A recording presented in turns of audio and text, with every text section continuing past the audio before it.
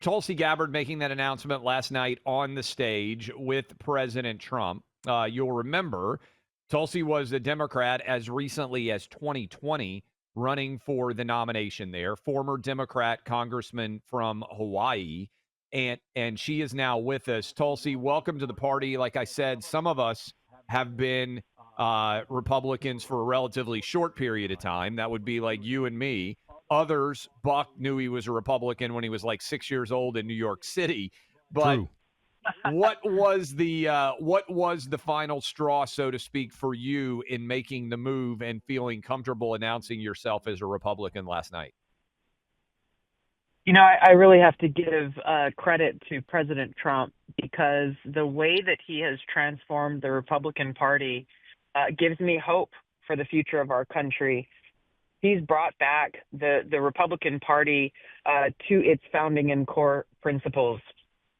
A lot of people forget that the Republican Party was quite literally founded to end slavery, to against racism. It was the party of the working people, the factory workers and the farmers. It was the party that stood up for the American people and the party that was and remains committed to our Constitution. I made the decision to make this announcement yesterday for a few reasons. To give President Trump the credit that he deserves and the leadership that he's brought to a party that can thankfully now look at Dick Cheney and George W. Bush and neocons in the rearview mirror, and really to recognize that we have hope for our future with the leadership of a president who has the courage and strength to fight for peace. What I said last night was how really in the last three presidential elections, when you look at it, even the status quo of the Republican establishment threw everything they possibly could at Donald Trump back in 2016 to try to stop him. There were a lot of neocons who were on that stage, and Republican voters nominated President Trump. They nominated him again in 2020 and again in 2024, really delivering the mandate of the Republican voters and electorate that says that the party of George W. Bush and Dick Cheney is in the past, and it's time for the Republican Party of old to come back and once again be that shining city on a hill, the party that Ronald Reagan once led. There is such a clear choice and contrast in this election, and so I chose to make this announcement yesterday. We're 2 weeks out from Election Day. There are a lot of Democrats I know, maybe they still call themselves Democrats, maybe they don't, but who don't have anything in common with the Kamala Harris, Dick Cheney Democrat Party of today.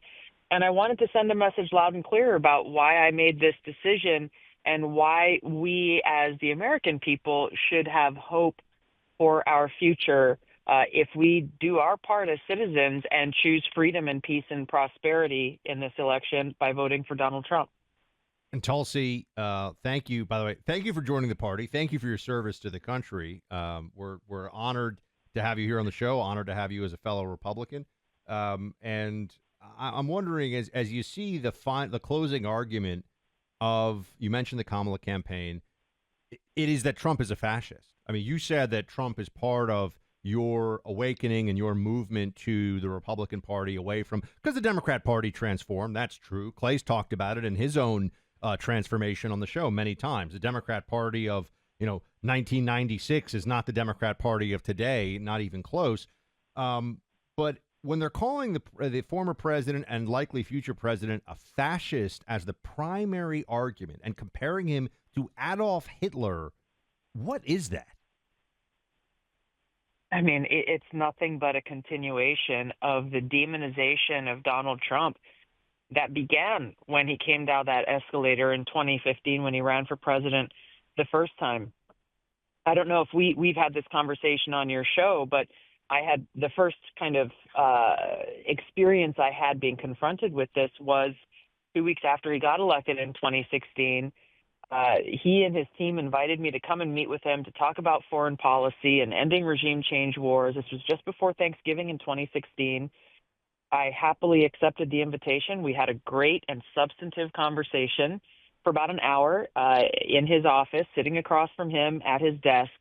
And within minutes of walking out of Trump Tower in Manhattan, my phone started blowing up with criticism from people who I was close to, my then Democrat colleagues, and others who criticized me for humanizing Donald Trump. And this really gets to kind of the demented mindset that unfortunately has set in Kamala Harris's Democrat Party is they cannot and refuse to have a debate based on policy and substance and a comparison of Donald Trump's record as president and Vice President Harris's record in the White House, which is essentially, in her and Joe Biden's words, as co-president to Joe Biden. And so because they can't stand on their record of failure on every front, they're resorting to these dangerous, and we've seen the consequences of their dangerous rhetoric of painting Donald Trump as today's modern day Hitler, as a fascist, as a dictator,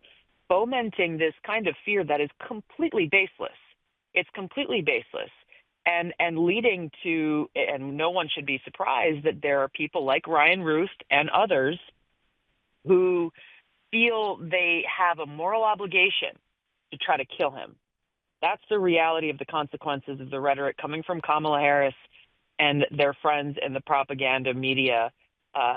For those who are paying attention, unfortunately, there are some who are believing it. I have no doubt about that. But this is why it's so important for us to continue to get out there to speak the truth. Last night in President Trump's rally, he talked about how his campaign is a movement of love. I don't know if he said that before. It's the first time I heard him say that. But really, when you look at the policies he's putting forward and you look at the impact that he had on the country and in the world during his first term in office, you can see how that is the motivation, that it's about love of country, love for each other, love for our fundamental God-given rights and freedoms, and a love and appreciation for peace. We're talking to Tulsi Gabbard, who has joined the Republican Party, who has endorsed Donald Trump. You ran against Kamala Harris in 2020 as a Democrat in that primary. I believe you outlasted her pretty substantially because she dropped out with around 1% of the vote before anybody actually started casting their ballots. Why do you think Democrats themselves rejected her? And do you think there's any way she would have been the nominee if Democrats had actually had an open primary process as opposed to just elevating her when Biden dropped out? I'll answer your second question first. I mean, no, I don't think she would be the nominee. But as you said, it's not just an ideological hypothesis or theory. We know because she ran for president in 2020 in a Democratic primary, and people who she thought would be her base of support, they saw her for who she was and recognized, as I did, that she is not qualified to serve as president and commander-in-chief. That's why she got out of the race before even allowing anyone to cast their vote. I think that people then in the Democratic primary saw what we continue to see now, is she is not capable, nor should she be anywhere near being the person who has the nuclear codes, being the person who makes life and death decisions for our men and women in uniform, being the person who represents the United States in the world. I hope that voters are seeing that now. And I think that people on Kamala's own campaign team probably see it, which is why they keep trying to hide her from having, for example, Donald Trump is going on Joe Rogan's podcast. I hope they talk for 2 or 3 hours. And I think Kamala Harris should do the same. They should let voters see who she really is outside of the sound bites and the scripted talking points so that they can make the best informed decisions about who they want to be as president. Tulsi, one more for you. We're speaking to Tulsi Gabbard. Came out as a Republican and a Donald Trump endorser and supporter, and we're very pleased and honored. I know Trump particularly is psyched about this. He's probably known it's coming for a little bit, but he's psyched nonetheless that the announcement has been made. But Tulsi, I don't know if you saw, I was on Bill Maher a couple weeks ago, and the topic of masculinity came up. Front page of the New York Times today, the gender divide might be the story of the election. You were a Democrat. You were never hateful toward men in your rhetoric or in your policies. If you sat down with Democrats now, I had to do this. It didn't go so well. But if you sat down with Democrats now and tried to explain to them why they have a men problem in this election, what would you say to them? Oh, gosh. Where do I start? Well, it's first of all, the stereotypes and their lack of understanding and connectedness with our the people is quite astounding. And I'll give one example of an article that I saw pop up this morning saying Donald Trump cancels everything to go and meet with the most hated man in America, referring to Joe Rogan. You hear people on MSNBC talking about how our young men are under threat of becoming fascist because they sit around all day on the couch listening to Joe Rogan and getting angry. Here's the truth, guys. Joe Rogan's podcast is the #2 podcast for women in the world, second only to the true crime podcast. So their understanding of men, young men, and masculinity is something that is just as twisted as the Democrat Party has become, where they believe that a man and a woman are constructs of imagination and that gender is something that's fluid and all of this. Like, they don't know what they're talking about. They're disconnected with the reality of the country and with biological and objective truth. So I don't expect them to be able to connect with or communicate very clearly with men at any level in our country today. Tulsi, last question for you. There are a lot of people out there that preach to the choir. That is, they go to the base, they try to motivate the base. That's a very important part of any political campaign, as you well know. I would say that you and me and people like us who are newer converts kind of see ourselves as evangelists for what the Trump campaign is and what the Republican Party under him has become. If you were asked, and I'm giving you the chance right now, to talk to people out there who maybe haven't voted Republican in the past, what would you tell them that they should consider in your mind as they get ready to make their voting decisions? On two fronts. First of all, broadly, the Republican Party that I've experienced over these last few years, but even as a member of Congress and a Democrat in Congress who was critical of the leadership of both parties when they deserved it, the Republican Party has become the big open tent party that the Democrat Party used to be. They have been nothing but kind and respectful and welcoming to me.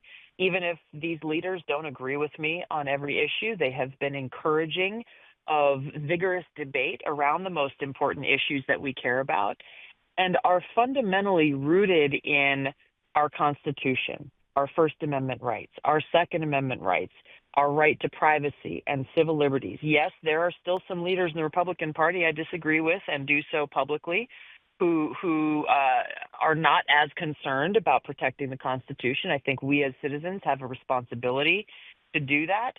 But by and large, the Republican Party of today, under President Trump's leadership, has become that big tent, inclusive, freedom-loving party that is in the best interest of the American people. To President Trump himself, I've had the opportunity to get to know him much better over these last several months. And what I see is a man who has personally lost so much and paid a great personal price to do what he's doing, to offer to serve our country as president. He would not Tulsi do Gabbard. this if not out of a recognition of a need for leadership. Tulsi Gabbard, everybody. Tulsi, thank you so much for being with us. Welcome to the party officially. And I don't know, Secretary of State Tulsi Gabbard sounds pretty cool to me. I'm just putting it out there on the radio. We'll see. We'll see. Tulsi, thanks for being with us. Thanks for having me, guys. Take care. Have a great day. Look, you can just check for yourself if you want to see. You know what gold has done over the last year? It's up 34%, give or take, from a year ago. Gold is huge right now, right? Gold is been hitting all-time highs. Gold is good. Gold is strong. Gold is solid. And look through history. Whenever there's been too much spending and there's been a lot of systemic economic uncertainty, people go to gold as a safe haven, as a diversification. That's why it's time for you to consider if gold is for you. And the people at Birch Gold Group are here to help. Birch Gold will assist you in converting, for example, an existing IRA or 401k into an IRA in gold. The best news, you don't pay a penny out of pocket.